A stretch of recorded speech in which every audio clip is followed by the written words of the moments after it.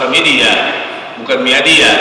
Baik. Sidang kasus dugaan penggunaan ijazah palsu yang menjerat seorang anggota DPRD Kabupaten Pelalawan Riau memasuki agenda tuntutan.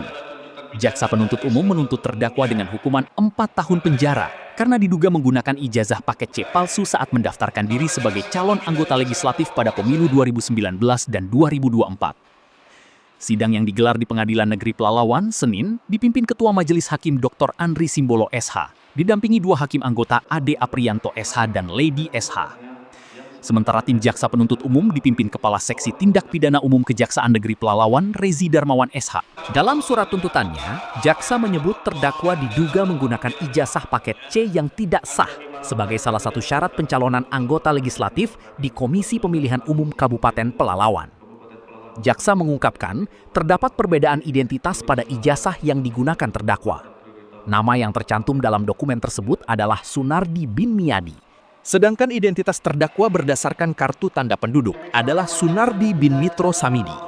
Selain itu, ijazah paket C tersebut disebut telah dibatalkan oleh Dinas Pendidikan Provinsi Lampung pada tahun 2009.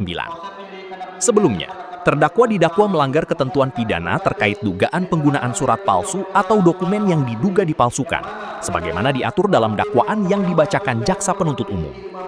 Jaksa juga menyampaikan, apabila majelis hakim nantinya menyatakan terdakwa terbukti bersalah dan putusan telah berkekuatan hukum tetap, kejaksaan akan mempelajari kemungkinan upaya hukum lain terkait pengembalian kerugian negara yang diduga timbul dari gaji maupun fasilitas negara yang diterima selama menjabat. Terdakwa atas nama Sunardi bin Mitro Samidi yang dikenal orang sebagai anggota DPRD Pelalawan aktif saat ini.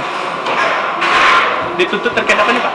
Terkait pemakaian akta otentik yang isinya palsu atau dipalsukan atau yang isinya tidak benar. Tuntutan kita berapa nih Pak Jaksa? Tuntutan dari jaksa penuntut umum selama 4 tahun penjara atau masa tahanan.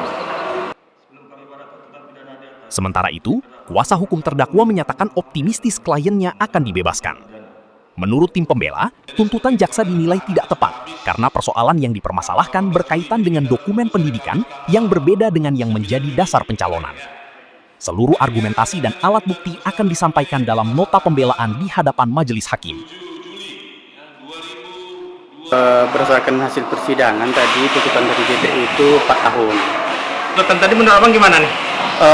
Kalau kami selaku PH tentunya memiliki pandangan hukum yang berbeda tentunya.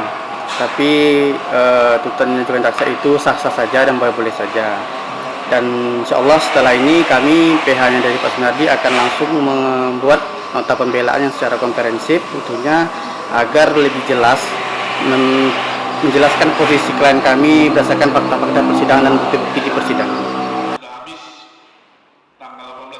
Sidang akan kembali dilanjutkan dengan agenda pembacaan nota pembelaan sebelum majelis hakim menjatuhkan putusan dalam perkara tersebut. Diki Kinoy, Pelalawan, Riau.